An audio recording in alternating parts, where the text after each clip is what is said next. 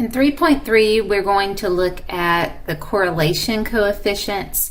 This is looking at lines of regression, which we won't spend a lot of time on, but we do want to look at what a correlation coefficient is and what it means to have a perfect positive correlation or strong positive. Let me point you to, this is actually on page 211 in your textbook. And it gives a good summary of once you've plotted data on a scatter plot, if you have a perfect positive correlation, you're going to have a correlation coefficient of 1.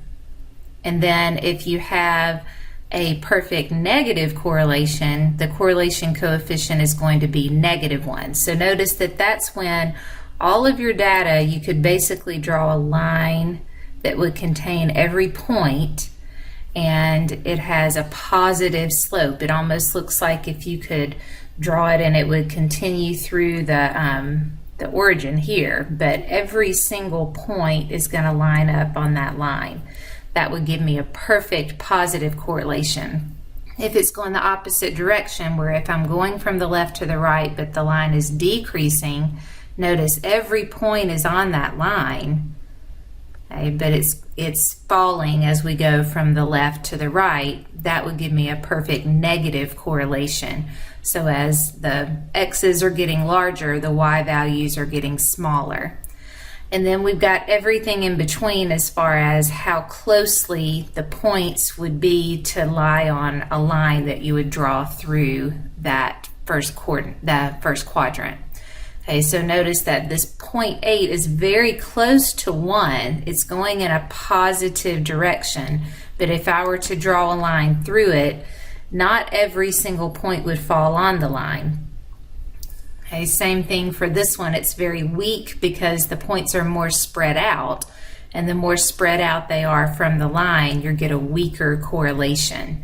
So this one is getting close to there being no correlation, but you do see some semblance of the data falling almost where you could draw a line through it.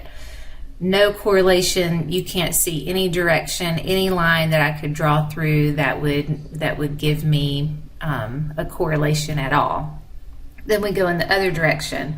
So this is very weak correlation, but you can kind of see the direction of those points.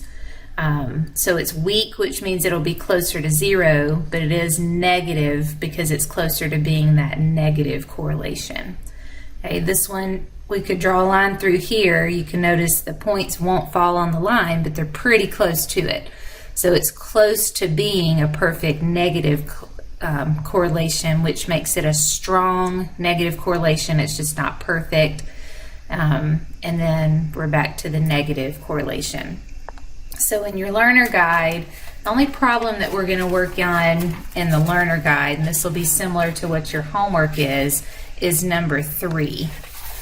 Okay, so first we'll be drawing the scatter plot, and then we'll be looking to see what type of correlation that it has.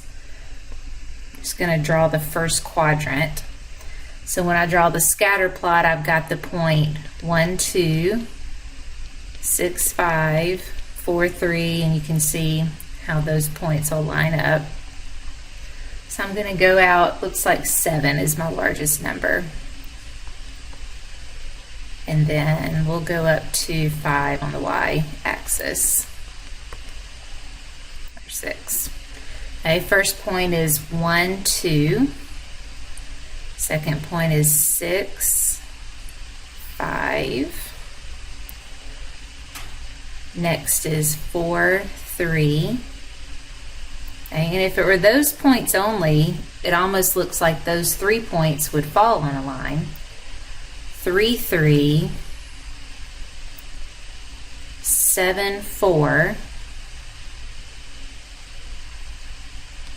Okay. But as we keep adding points, we're kind of getting away from them being in any type of order. And then what's the last one? 2, 1.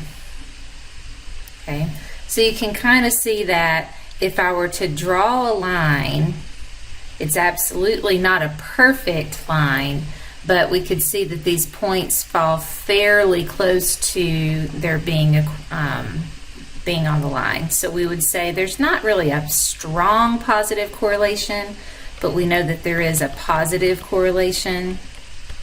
I would even say it was a weak correlation. But in that case, we know that it's going to be somewhere between 0 and 1 because it's positive. We don't know, we don't have the formula and are not going to work out the exact correlation there, but we know that it would be somewhere between 0 and 1, probably around a positive 0.5. Okay, let's look at the next problem that's actually worked out for you. And notice that if I were just looking at the points that were plotted, it looks like I could draw a line here where most of the points would fall on the line with an outlier. So this says that this correlation coefficient is fairly close to -1. So it's almost a perfect negative correlation. Indicates a moderately strong negative relationship. Okay.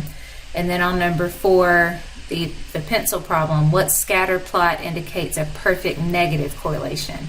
We know that this one is a perfect positive.